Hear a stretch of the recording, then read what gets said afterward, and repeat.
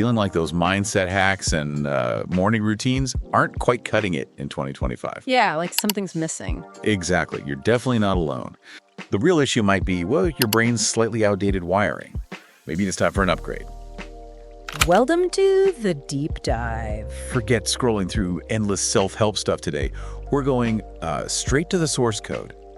Your brain. That's right. We're not just skimming the surface with, positive affirmations that kind of vanish the moment things get tough. Nope. We're diving deep into the actual neurochemistry, the stuff that really drives your success, your focus, even just your willingness to put yourself out there. And our roadmap for this exploration is Loretta Bruni's fantastic book, Habits of a Happy Brain. Great source material. Our mission today is pretty simple, but I think it's powerful.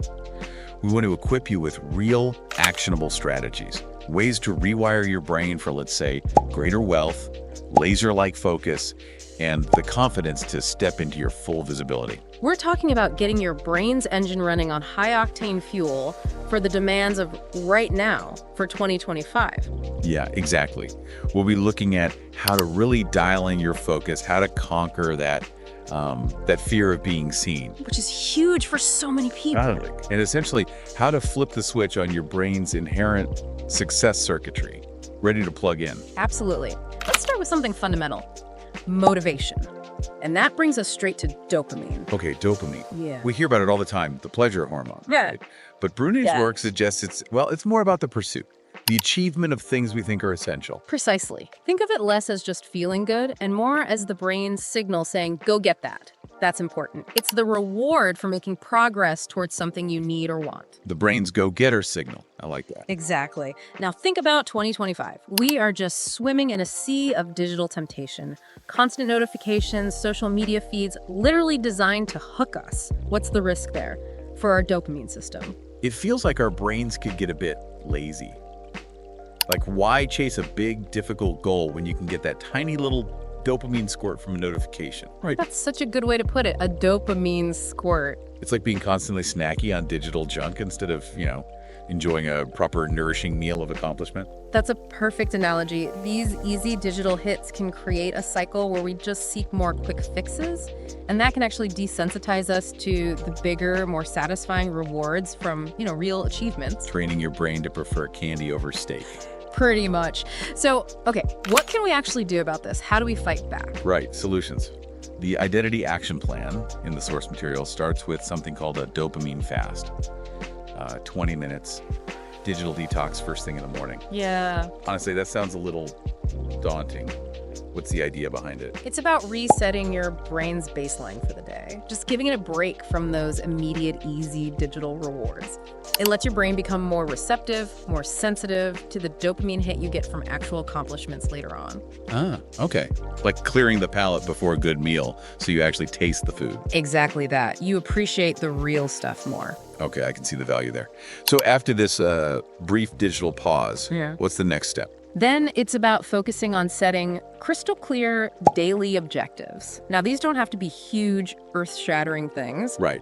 But they should be specific, achievable. Okay. The key is that completing them, ticking them off, triggers that satisfying dopamine release from genuine progress. Real effort. So you're retraining your brain, associating that good feeling with doing stuff, not just scrolling. Precisely. The book mentions Elon Musk. Yeah. How does someone like him, with these incredibly ambitious, almost crazy goals, how does that fit the dopamine picture? Well, what's fascinating there is the sheer scale of the ambition, isn't it? While most of our daily goals are obviously smaller, the underlying principle is similar. By constantly striving for these massive, world-changing outcomes, his brain likely gets significant dopamine hits as major milestones are reached. It's about the powerful, motivating pull of a really compelling vision. Even the pursuit is probably highly rewarding. Okay, so for you listening right now, let me ask, what's maybe one small but meaningful objective you can set for yourself today? Something that, when you tick it off your list, will give you that genuine little jolt of, yes, I did it. It makes a difference. Now, let's pivot a bit. Let's talk about how we feel about ourselves and how others see us. This is where serotonin comes in. Serotonin, okay, often linked to just general happiness or mood, right? Yeah. But Bruning emphasizes its connection to feelings of Respect, status, that's an interesting angle. It really is. Serotonin, from this perspective, kicks in when we feel valued, respected by our peers, like we have a certain standing or importance in our social group. Right. Now think about the 2025 landscape again, especially for, say, entrepreneurs, people working online. Burnout is real. Isolation can be a huge challenge. How might that impact our serotonin? It makes total sense. If you're not getting those regular, maybe in-person nods of approval or the usual social cues that say, hey, you're valued, you belong, well, those serotonin pathways might not be firing as much. Exactly. It's like the social equivalent of not getting enough sunlight, maybe. Your brain isn't getting that feedback. Yeah, good analogy. So what's the action plan here? How do we boost serotonin in this kind of often digital environment? Okay, the Identity Action Plan suggests something called a daily status rehearsal. Sounds a bit grand, but it's simple. Okay. Every morning, just take a moment, write down one professional achievement. Could be big, could be small. Positive client feedback, finishing a tough task, making progress on something important, just one thing. So it's like consciously reminding yourself, hey, I am doing good work. I am contributing, kind of internal validation. Exactly. And the second part is about mentally rehearsing commanding respect before important interactions. How does that work? You visualize yourself speaking confidently, being heard clearly, being treated with respect by others. It's about setting the stage in your own mind first, priming yourself for that feeling. So it's not about being arrogant or pushy. It's more about cultivating that inner sense of like quiet confidence. Yeah. Believing in your own value, which then hopefully translates outward. Precisely. It changes how you carry yourself, how you interact. The example of Oprah Winfrey comes up here. Yeah. Think about her positioning. She's cultivated this image of a powerful, influential leader, someone who uplifts others. That naturally garners immense respect and admiration. That likely contributes to healthy serotonin levels. You know, she embodies that confident, respected presence. Definitely. So for you tuning in, what's one professional accomplishment, even a small one, you can acknowledge right now? And maybe think about an upcoming meeting or conversation. How can you mentally prepare to project that calm confidence? Questions. Okay, let's shift again. Let's talk connection. Building trust. Vital for partnerships, audience connection, everything really. And this brings us to oxytocin. Oxytocin, Yeah. the love hormone or the cuddle chemical, right? But here it's more about building those crucial social bonds, the stuff that underpins collaboration and audience loyalty. Precisely. Bruning highlights its role in fostering trust and social connection. And think about 2025 AI is everywhere. The digital world can feel overwhelming, anonymous. Yeah. That makes genuine human connection even more precious, more powerful. It's what cuts through all that noise. It's becoming a differentiator. So true. But how do we actively nurture those oxytocin-boosting connections? Right. When so much is online, it can feel a bit impersonal sometimes. It can. The Identity Action Plan suggests a really practical daily habit, genuine engagement with your community. Just 15 minutes a day. 15 minutes. Doing what? Personally responding to comments, direct messages, emails.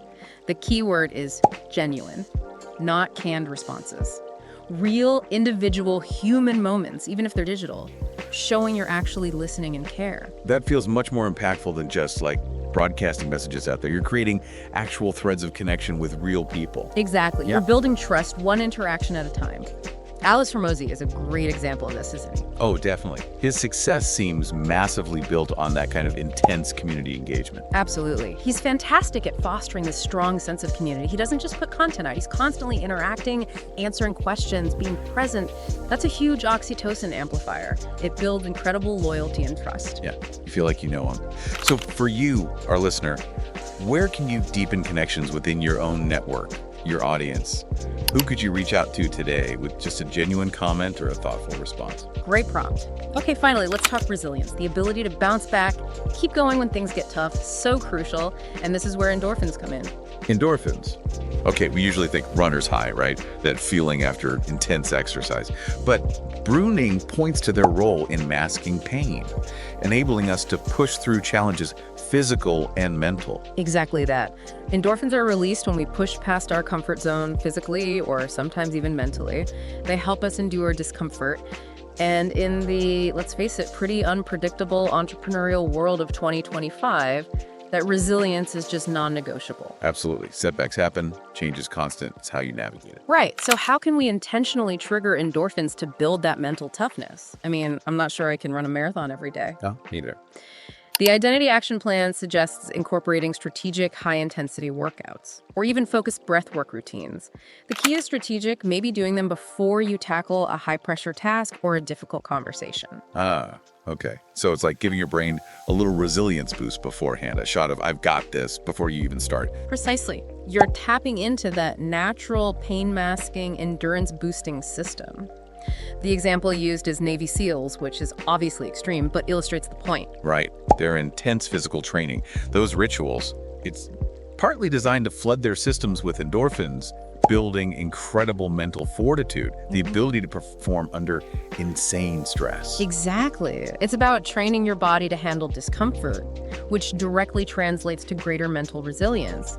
Pushing through the physical teaches you to push through the mental. So thinking practically again, what kind of physical activity, or maybe even just a specific breathwork practice, could you weave into your routine, especially before those moments you know are going to be demanding? Okay, so let's try and bring all this together. Dopamine, serotonin, oxytocin, endorphins. The core message really is this. Your brain isn't broken. Right. It's just wired in ways that might have been great for, surviving on the savannah, but maybe aren't perfectly optimized for the digital high-pressure demands of 2025. But the really good news is, you can change that wiring. You have the power to consciously influence it. You're not just stuck with the defaults. Stop letting those outdated patterns dictate your focus, your confidence, how you connect, how you handle stress. You can start actively, intentionally rewiring your brain for the success you actually want. Which leads to, I think, a really important question for you listening. Yeah. Which of your own ingrained brain patterns, maybe habits you don't even notice, might be holding you back right now? And how might implementing just one of these rewiring strategies we talked about, how might that start to shift things? Yeah, think about it. If you really committed to, say, that dopamine fast, or the status rehearsal, or the genuine engagement, just one thing, starting today. What's one fear, or maybe one feeling of being stuck that might just start to loosen its grip by, say, next week? Even a little bit. That's the potential here. And if this deep dive has sparked your curiosity, if you want to go even deeper into understanding your amazing brain, We definitely recommend checking out Loretta Bruning's book, Habits of a Happy Brain. It's a fantastic resource. absolutely. Thanks for diving deep with us today. See you next time.